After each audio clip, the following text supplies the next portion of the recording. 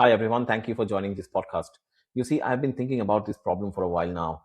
Why do so many AI programs stall? Even when the data is there, even when the budget is there, the leadership approval is there, even when people are genuinely trying.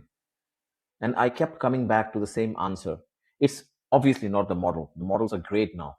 It's the context, the data the model can't see, the data that's hidden in your business, the relationships it can't reason over, the institutional knowledge that lives in someone's head or in a policy document from 3 years ago. Today, I think I've found someone who's been building the answer to that problem. Prakalpa Shankar is the co founder and co CEO of Atlan, and this conversation genuinely shifted how I think about a few things. We get into the context graphs, context intelligence, what it actually takes to make AI work inside a large organization, and honestly, where all of this is heading over the next couple of years. If you work in data, if you're building AI products, or even if you're trying to figure out why your AI program isn't delivering what it promised, this podcast is for you. Really glad to have Prokalpa on this podcast. Let's get into it. Thank you very much for joining my podcast. I'm glad you're here. I have known Atlan for quite some time, as a company. In my role in AWS, we partnered in some areas, and you are obviously a Databricks partner, so I understand where some of these patterns work. Tell me a bit about yourself. What did you do before Atlan? How did you get into this catalog business? Why did you think that you need to make Atlan? I have been a data practitioner my whole life. And when I was 21, I was struck by the idea that these big problems out there in the world, national level healthcare and poverty alleviation and, infrastructure, they weren't using data. I'd done some work with nonprofits at the time, and I was, on the other hand, in financial institutions, and we were using data for just about everything. And it just felt really stark. And I remember founder Varun and we said, well, these big world problems, they deserve to have data science behind it, and we can go solve all these big problems if we were able to deploy data science for that. That's really how my journey as an entrepreneur started. So Varun and I founded a company called Social Cups, and the goal was to do data science for social good. And we very quickly realized that the only way of solving any of these problems at scale was we had to go partner with agencies that already had scale. So this was typically large government bodies, public agencies, the UN, the World Bank, large nonprofits like the Gates Foundation. And at the time, they did not have a data team, and they barely had technology teams. And so the only way to solve these problems was we just had to do it end to end. And so for a better part of half a decade, we were building data platforms for these large public social good problems and projects. And what that meant was I was dealing with data for 500 million Indian citizens and billions of pixels of satellite imagery a day, and just incredibly cool projects on the outside. And I say on the outside because on the inside it was chaos every day. I feel like I've gone through every fire drill that a data leader can possibly go through personally. And I've had the number on the dashboard is broken call come to me at 8 in the morning. Except in my case, it was also, and the prime minister is going to see this dashboard in 15 minutes. So can you tell me what's wrong? And I remember jumping out of my bed, look at the dashboard overnight, and like there's a 2x spike overnight. That metric cannot spike 2x in a night. Like it's just not possible. And I remember not knowing the answer. And I realized just right there, 2 years of trust that I had earned with the stakeholder, I could feel it evaporate on this call. And that's actually how the early version of me, I had no idea what these things were called at the time, like governance, catalog, like these things didn't mean anything to me. But I was just like, there has to be a better way for our team to work. Like this cannot be how our team is working. And so I started a ignorant project. Actually, it was an intern at the time. And I told her, I was like, can you go evaluate everything that exists in the world for how we make our team work better together? And this was super early days of the cloud. Snowflake Databricks probably had 12 customers each at the time. And we evaluated a bunch of things, and we came upon like these early words like data governance and data catalogs at the time. There were about 10 tools that we evaluated actually back then in the market.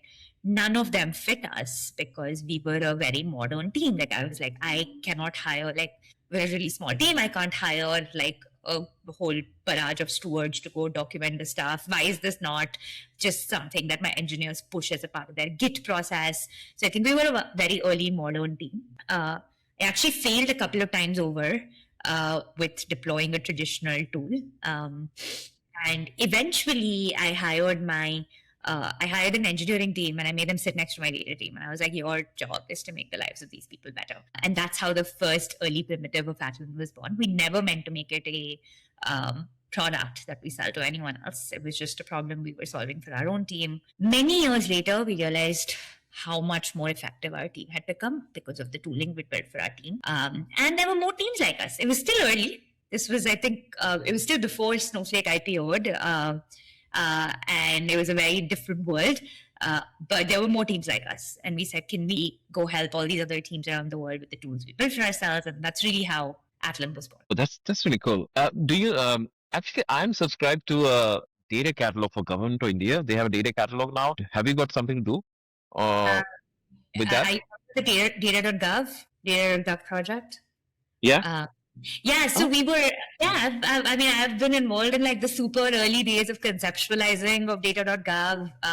We built India's national data platform, which is in-house. So it's used by all the government agencies internally. So it's not like public, but it goes down to like the village level, and you can say exactly how a village is doing on every single developmental parameter and so on. And some of that work that we do powers some of these public portals that end up getting built. Yeah, I remember I registered with a innovation program for Government of India, and they gave me access to this data catalog under data.gov. I still get these emails like, we have got these new data sets, really, and I'm so curious, right? So I'm just getting to there and see, okay, what are the new data sets available? And you find really, really interesting data sets coming out on that catalog as well. So when you talked about you worked for Government of India around the data space in those days, I thought that you might be related to this thing. Yes. That's cool. When you started Atlan, so you started 2020, right? 2020. End of 2020, we started. Yeah. What did the market look like at that time? Because I remember in 2020, it would be like I was mostly working with Hive Metastores and mainly on-prem stuff, or Informatica, Collibra, maybe they were the big players in the market. Who were you competing with when you launched? Yeah, it's evolved so many times over since then. But in 2020, so when we launched Atlan, actually, our tagline was, we said we wanted to be like the GitHub for data teams. Mm-hmm. And our thesis was that we wanted to be the collaboration plane and for data people. So analysts, engineers, scientists, business, all these people, they have their own tooling preferences. They all have their own skill sets. And what they lack is shared context. So we believed if we build the shared context plane for these people, we invented actually this idea of, back then we said, the way a code has a profile on GitHub, data should have a profile the same way. It should be shareable, it should be reusable, it should be reproducible, it should be easy to understand. Like those were some of the early primitives that we launched with back then. At the time, the market was, there was a sort of like this data governance-y market that existed, right? So there was Collibra, Informatica, Alation. There were tools like that in the market. There had been a bunch of smaller companies as well that were largely kind of, I'd say, on-prem, built for the Teradata kind of world, mostly relying on lots of human stewardship kind of workflows. And the core use case was really compliance. That's kind of what the state of the market was. And I think we were in very early days of the market kind of moving to an offense world, where it was moving a little bit more to like, let's create more value out of data. I think DBT was like 1 year into Fishtown becoming DBT. These ideas of versioning, reproducing, like they were very early in the market back then. And so when we launched, I actually written this article called Data Catalog 3.0. And the third generation catalog, and it had these ideas like it should be similar to what Notion and Figma are. Like, can you bring these same kinds of practices into the data world? It was very novel back then. So for a while, I'd say for about a year, 6 to 9 months since when we launched, there was very little competition that exists, like true competition that existed, because there was no one really serving this like modern data people kind of market. And then it changed very quickly. The Snowflake IPO happened, and then that's it. Like I had every 3 days there was someone launching. So I think there was this wave for about, I'd say, 18 months after that, where every 3 days there was like a new company doing Yeah, something. yeah, I know. I remember 2020, we were still talking about data lake versus data warehouse. Like data lake was just a new concept. Do you really need I remember I wrote a blog at that time. Do you really need a data lake? Like because it was like at that point we were seeing everyone jumping into this data lake paradigm without understanding. They just thought it's a data warehouse, right? And then I don't need to explain what happened since then. But I think over the 6 years now, I see your company like you basically moving from that, like, getting into this really as enterprise context layer for AI must have been a very fast journey. And what I heard you were talking about being an AI native company, like how you are actually turning Atlan into an AI native company.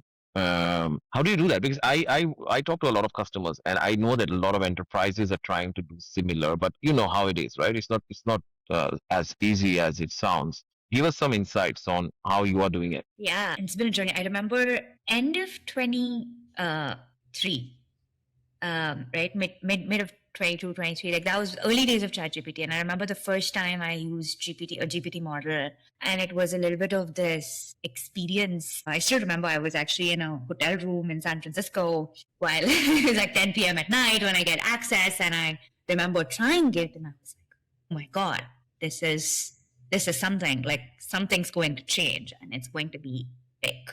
And we then started actually this effort to reimagine the entire company back then. The first thing that we did was we launched Atlan AI, which was, I think we were the first product. Actually, back then in the data ecosystem, I think we were the first product that did a proper Gen AI product launch. And it like really broke the internet. Like, never had like a launch that was that big and that many users that signed up and so on. We really pushed the boundary of innovating with what AI could do. And the idea was really AI should be able to go self-document all the context about your ecosystem. AI should be able to, and you should just be able to ask a question of your AI, and that's it. Like, you should get the answer that you want. We went through, I think, the pains. I'd say we went through all the pains of what it takes to build an AI product.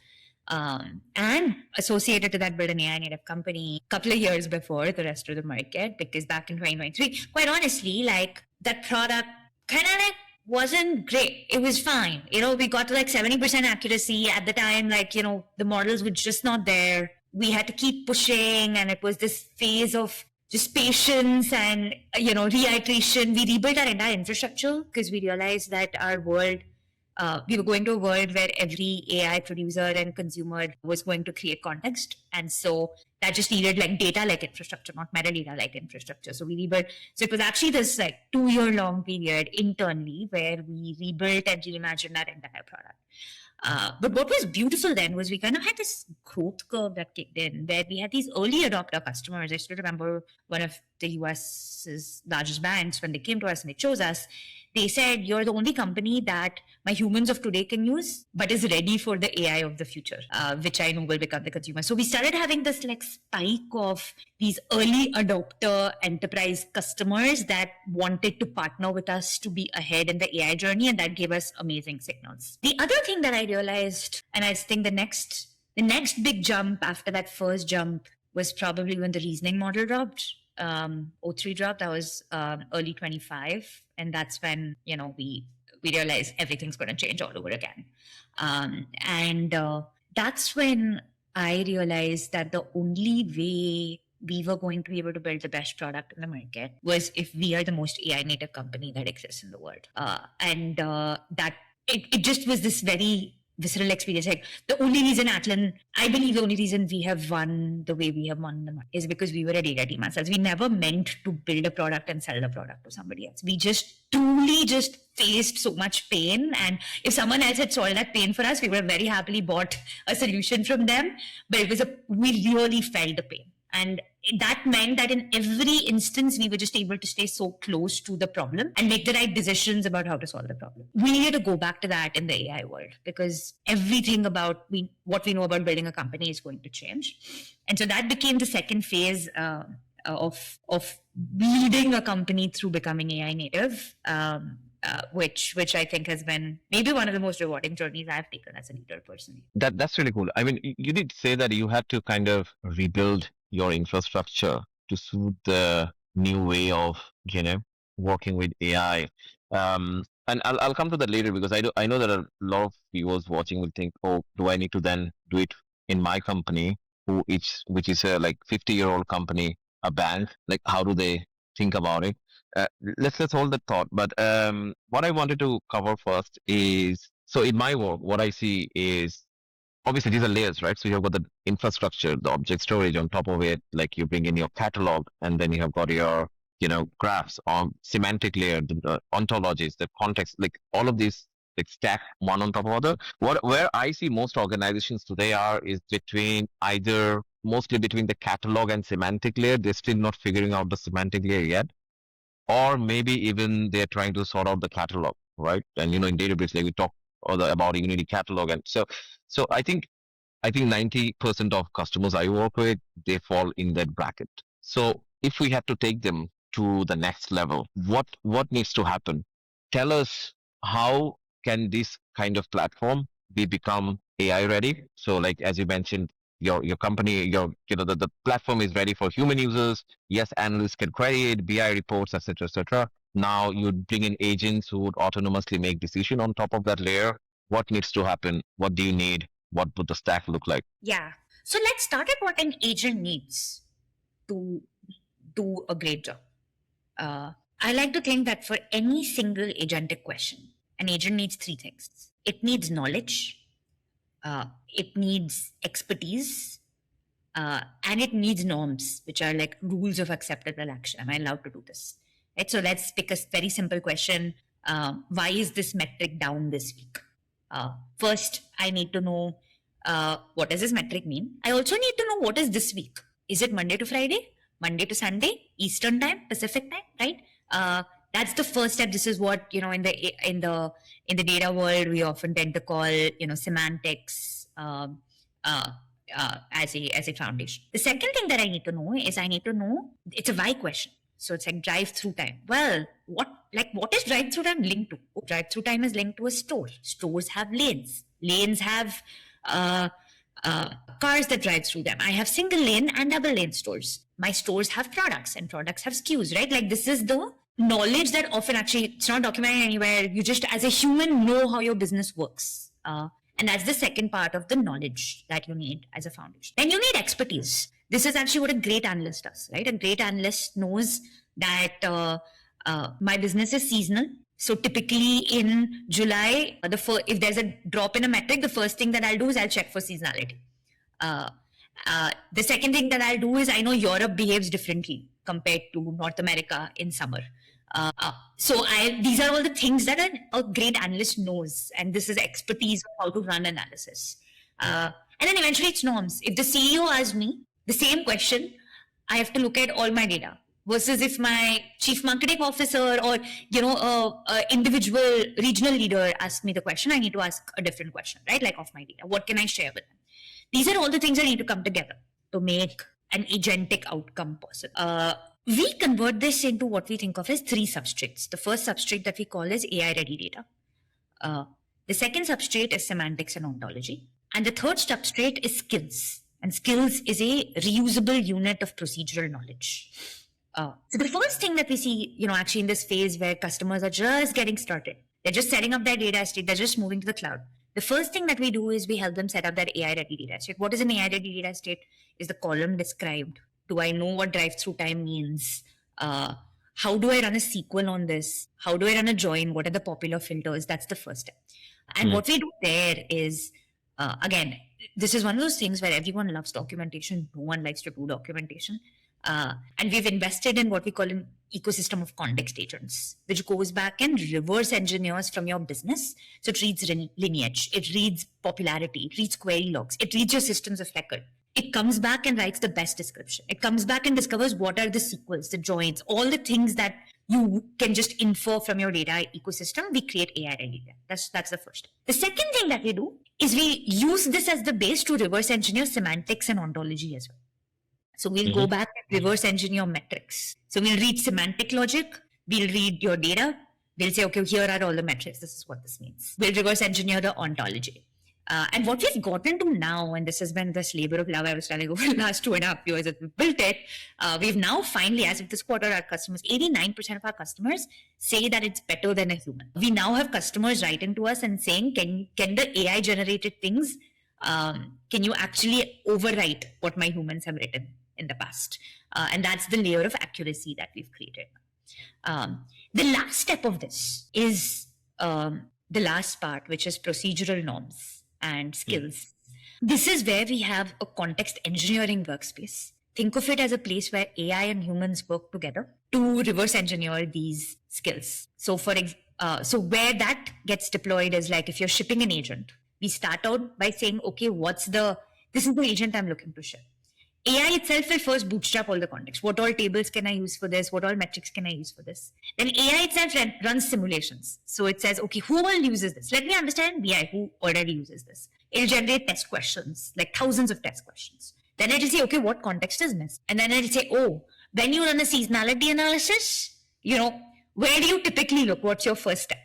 Or it'll say, this sounds like an ambiguous join. Should I add it as a soft join parameter in my skill or not? And so it runs those, and I call it human on the loop rather than human in the loop, where AI does most of the work and it comes back and asks humans for help. And this encodes what we call a context repository in Atlan. And a context repository is an open interoperable unit of enterprise context.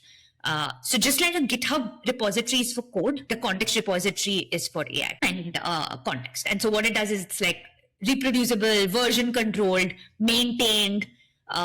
There's compounding feedback loops that feed into this. That's the third step that needs to get put together for agents to actually start going into production. And so that's the journey that we help customers through as they think about putting their context layers together.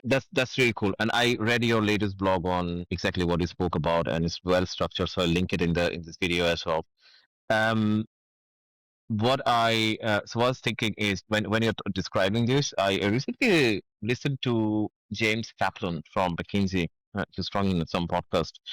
And he was describing context graph as two halves, right? So one is the world model, like, what you already have got in the business, your systems of records, your data, what do you already know, like what do you know today, what you can describe. And then there is the decision model, which like kind of happens on the run, like on the fly, like you made a decision on why I choose this particular architecture for my product feature, or we made this decision in a Slack channel. I talked about something to someone and made a decision. So all of this kind of needs to be logged and modeled, right? What you have described, it seems like you are playing in both of these worlds. Yes. So the way I like to think about knowledge is there is one, you are reverse engineering. So you're collecting from your Slack, you're collecting from your runtime signals.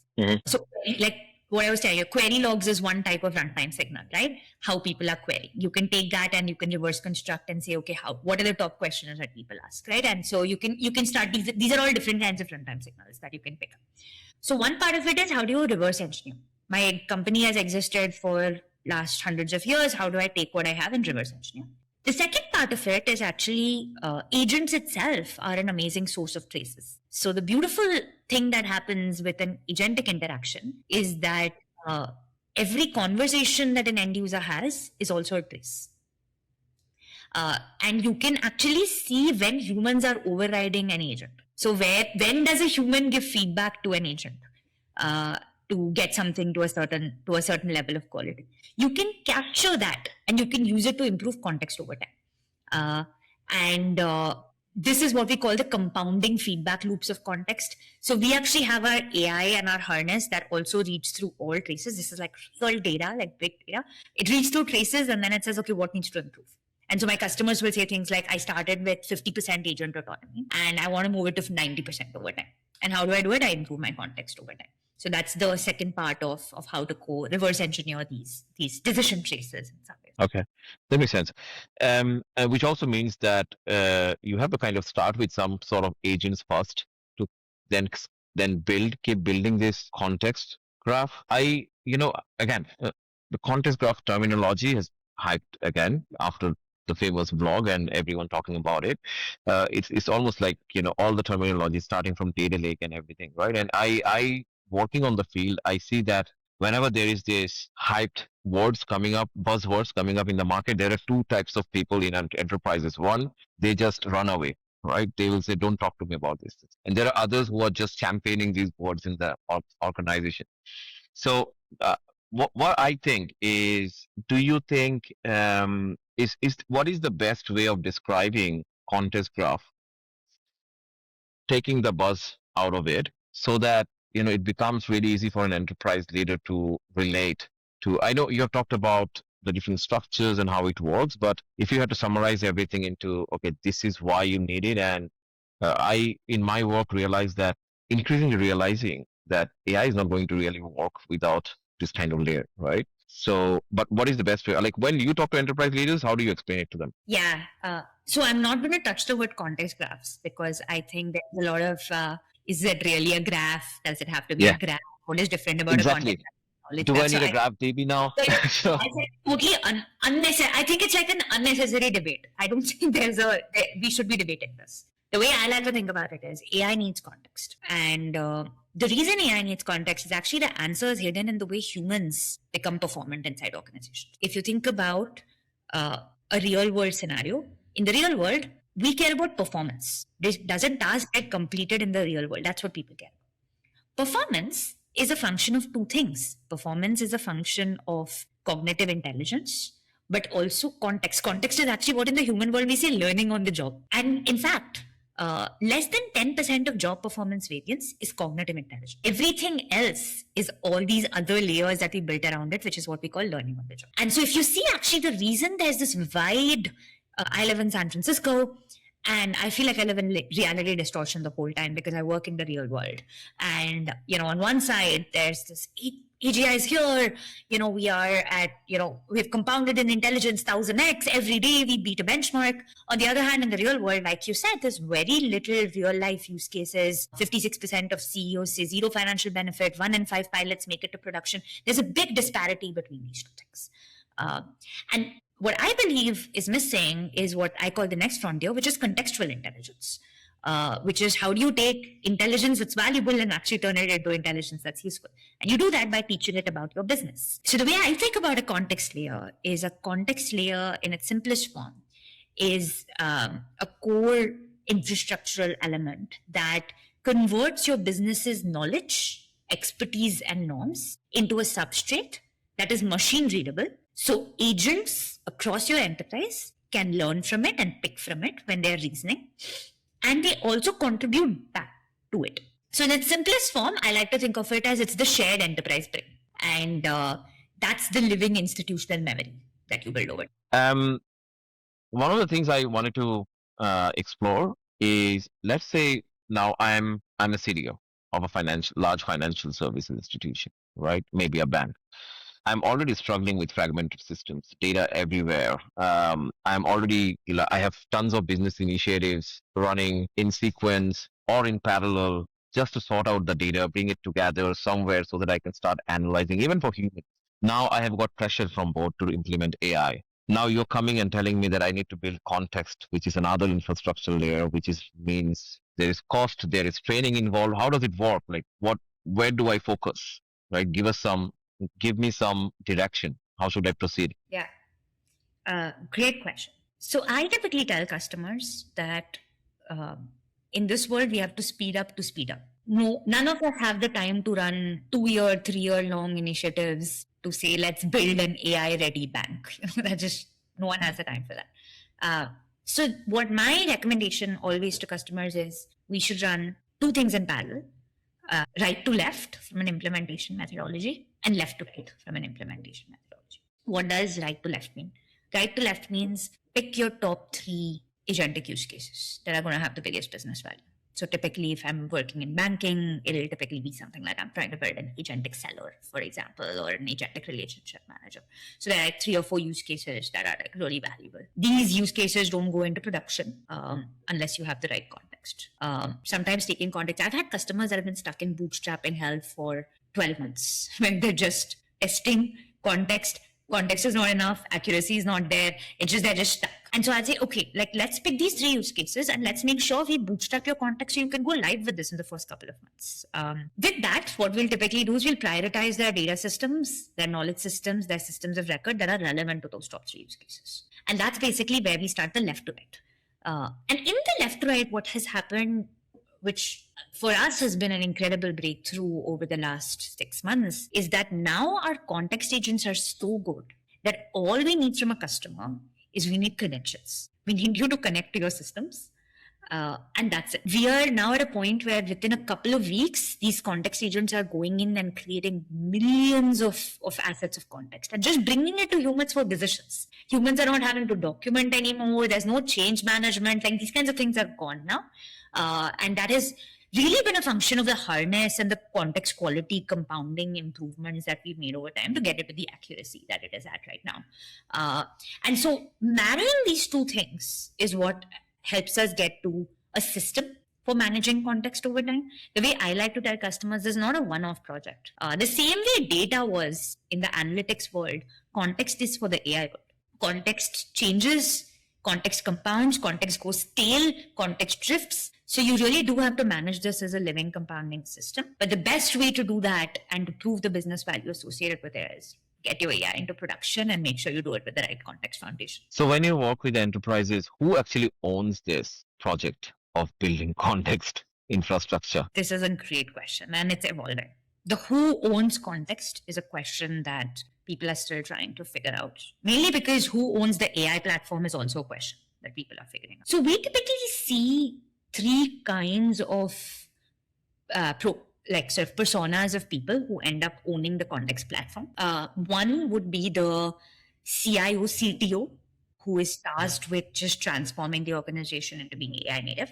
The other would be the AI platform leader or the enterprise architecture leader who is owning and putting together the guardrails of the AI platform. This is typically where, guardrails, model gateway, certain things that are just common across all the AI use cases inside the business will get on. And the third that we see is actually the data leader becomes the natural place for them to own context over time. And I'm guessing, you probably work with a lot of data leaders too. The most ambitious ones that I see are because context has so many common mental models to the data world.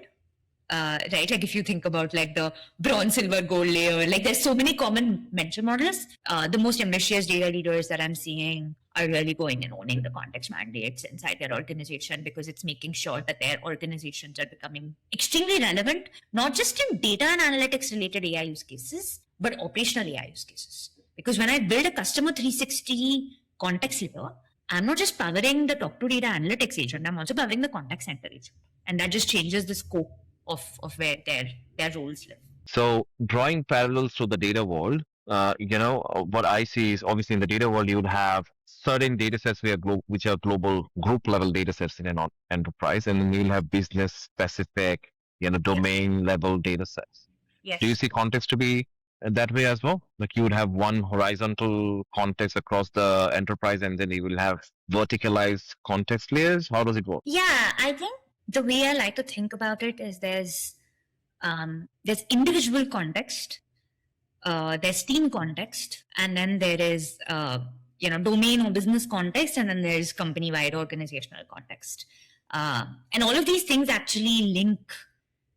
There are dependencies that need to get mapped across all of this. So let's pick an example as simple as brand guidelines for a company.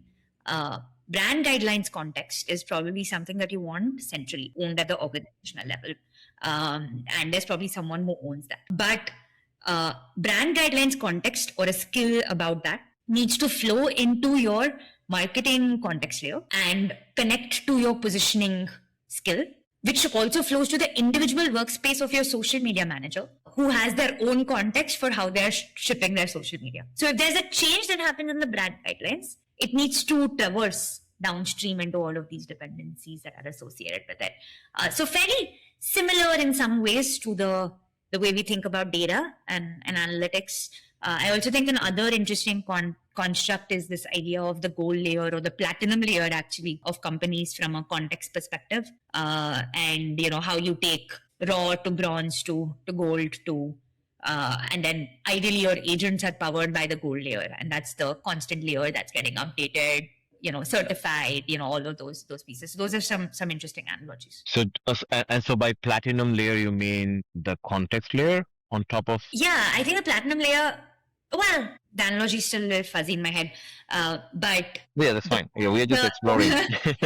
I'm live doing this with you, but Yeah. the platinum layer in some ways is your certified context layer of your org, right? So it's your gold context layer. What everyone is, if your agents are contributing back to it, it's constantly updated. There's someone who owns accountability on that.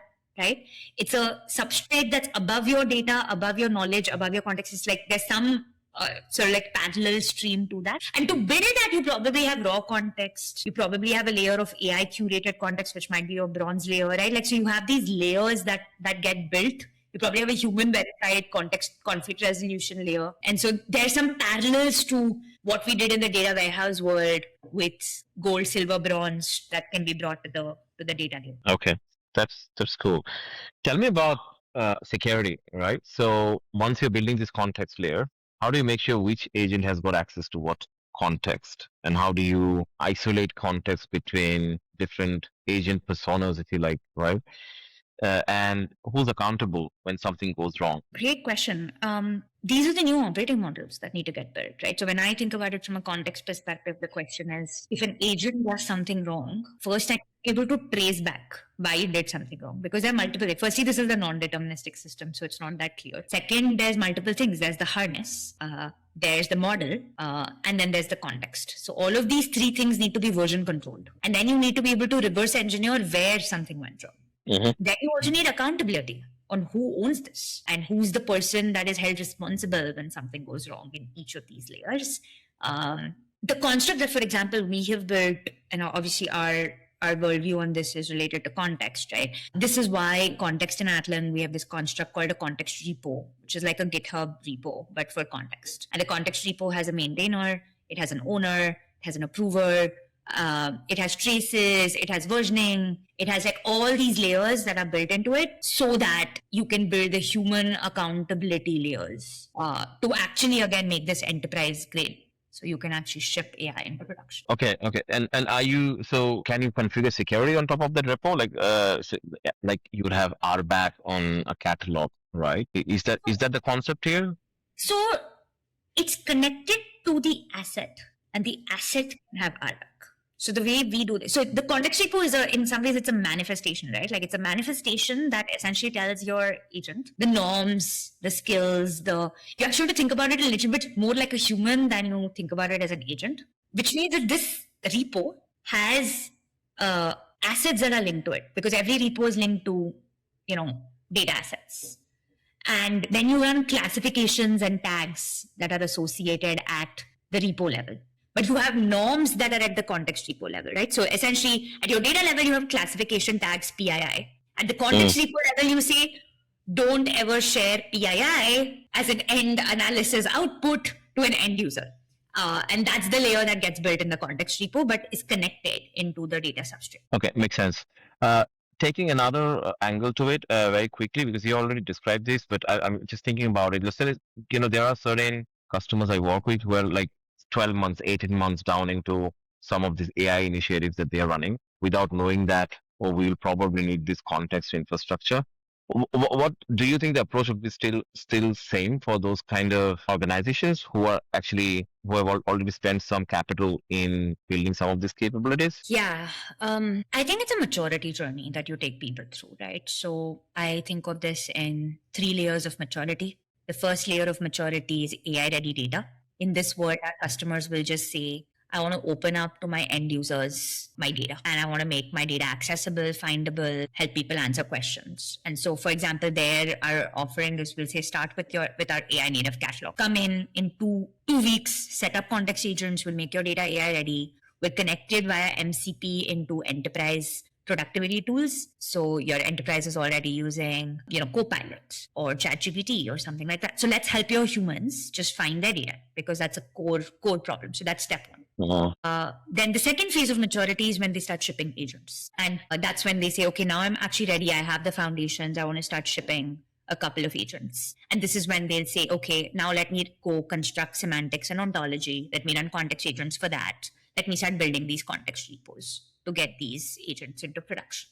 So that becomes the second phase. And then they prove business value that, hey, these agents have gone into production. They're driving significant P&L. And then the third phase, which are our, advanced AI native kind of customers, they are in compounding phase. So they are saying, okay, we have proven that agents is the future of how we're making our business work. We're reimagining our business. So we're going to have hundreds of agents. And so we're building platforms that can scale for deploying these hundreds of agents. And that's the third phase of this. Customers are at very different layers of this maturity. And a lot of what we do is try and say, okay, how do we take you through this maturity journey, help you solve a business problem of today? Because there's no point, if you don't have a business problem today, like there's no point hypothesizing what 2 years from now is going to look like. So let's solve a business problem for today, but let's do it in a way where we set the foundation, so that you're setting a foundation that will be ready for the future world you'll move to. Makes sense.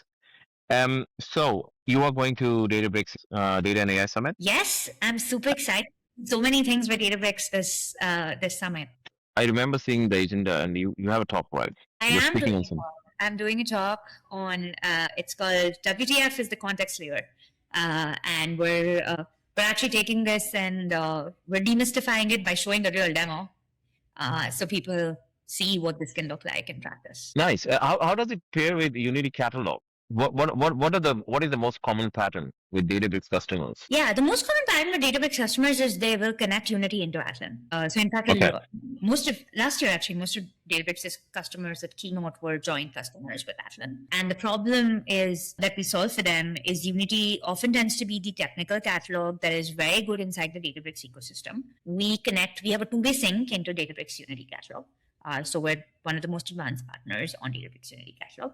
The problem that the context layer solves is we help you take your Databricks context, but mostly our customers will also have systems of record. They'll have Salesforce. They'll have all these other ecosystems. They'll have, Confluence. They'll have a bunch of other tooling in their ecosystem. So we connect into all of that. We convert it into usable substrates from a context layer perspective, and we help them ship agents across their ecosystem. So our customers will be shipping stuff on Genie and Agentbricks, but they'll also possibly be using maybe a OpenAI or a Copilot as an enterprise productivity tool. Sometimes they'll build their own customer support agent, or they'll buy one of those vertical tools. So we ship into all of those use cases, and then we bring back that context into the core substrate that all these agents can learn from and pull from. So that's typically the joint patterns that we see with Databricks. Nice. I will be there. I'll find some time to attend your talk. Okay. And I'll also go to the Atlan. Are you putting up a booth? We have a booth. Okay. We have a bunch of common, like we've taken over Meena Gallery, which is right off Moscone Center. So we have a really cool space for people that are interested in context to just come in and go out. There's customers doing a bunch of roundtables actually across every industry topic and on how they're thinking about their context strategies. So yeah, would love, if there's anyone listening, would love for them to drop in. We can send you more details. And yeah, would love for you to drop in on some of these as well. Sure. Have you got swags in the booth? We have lots of swag. Nice. That's really cool. No, so Prakash, first of all, thank you very much for doing this podcast with me. Is there anything you wanted to cover that we did not cover? No, maybe the only last thing I would say is last year, actually this time, Atlan, I did this keynote and I said context is king in the AI era. And it's really interesting to see from that time to now. I remember when we started talking about context a year ago, people would say, what is context? Why is this important? How is it relevant? To now, most of my conversations are, how do I build a context strategy? And the ecosystem has really changed, and people have realized that context is king when it comes to AI. The one thing that I'm realizing more and more of is that context is also business IP. Mhm. If you think about a world where intelligence is commoditized, so you and your competitor have access to the same model, the same intelligence, what differentiates your company versus another company? And that's the thing that is core to who you are, right? It's your how you do business, it's how you do knowledge. That's what differentiates. And that's the one thing that I'm thinking a lot about. There's a race right now in the market where everyone wants to be the agentic player. And each of these agentic solutions also want to own customer context because that's the mode. It's so easy to become, you can switch models so quickly now. Everyone wants to own customer context. But I think the thing that I have been telling customers a lot is context is your business IP. Keep it open, keep it interoperable. Make sure you don't get logged Because into at a the walled end of the garden. day, this is the thing that will differentiate businesses that drive significant alpha in the AI world and become the most successful companies in the world. Thank you very much for being here. I really enjoyed our discussion. I follow your blogs that you write, really good blogs, a really good learning resource on what's happening with context intelligence. I will link that on the video description as well so that others can read. Yeah, thank you very much. It's really enjoyed talking to you, Kalpa. Thank you so much for having me. This was such a fun conversation.